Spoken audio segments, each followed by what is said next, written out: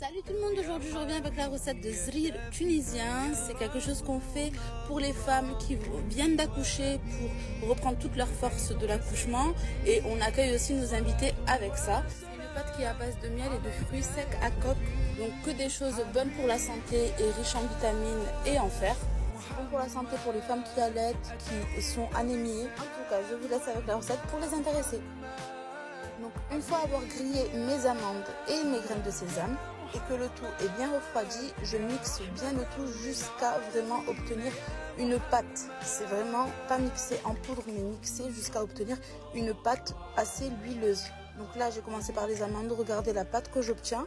Je continue ensuite avec les graines de sésame parce que zrיר c'est à base d'amandes et de graines de sésame, donc on met vraiment la dose en amandes et graines de sésame. Pour ma part, j'ai mis 1,2 kg d'amandes et 800 g de graines de sésame, une poignée de noix, une poignée de noisettes. Donc comme je vous ai dit, je mixe mes noisettes, mes graines de sésame, mes noix, comme j'ai mixé mes amandes. Vraiment, il faut obtenir une pâte. Si jamais avec votre mixeur, vous n'arrivez pas, que ça chauffe trop, n'hésitez pas à rajouter de l'huile végétale ou de l'huile de noisette ou de l'huile de pistache.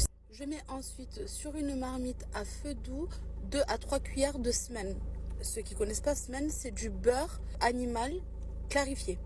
J'ajoute ensuite 500 g de miel et je termine en ajoutant toutes les pâtes que j'ai mixées, c'est-à-dire pâte d'amande, pâte de noisette, pâte de graines de sésame.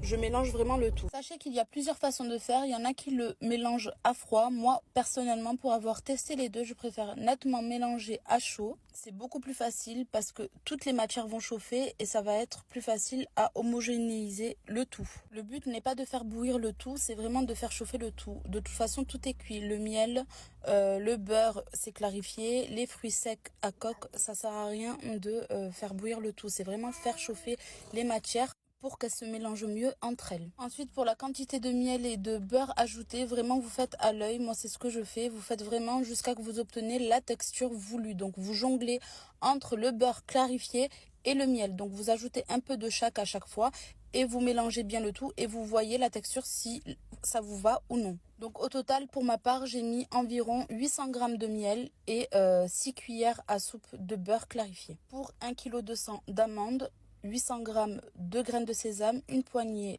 de noisettes et une poignée de noix. Une fois que j'ai obtenu la texture que je voulais, je verse mon mélange dans un tupperware en verre et je le laisse refroidir, vraiment refroidir avant de tout refermer. Et vous gardez ça à l'abri de la chaleur dans un lieu assez sec et frais, loin de l'humidité. Vous pouvez le garder hors du frigo. Si vous avez peur, vous pouvez le mettre au frigo, mais seulement en été. Mais en hiver, ça ne sert à rien. Et voici le zrיר qu'on obtient. J'espère avoir été claire sur ma façon d'expliquer. J'espère que la recette vous aura plu. N'hésitez pas à liker, à commenter, à vous abonner, à partager. Et je vous dis à bientôt pour une prochaine recette. Bye!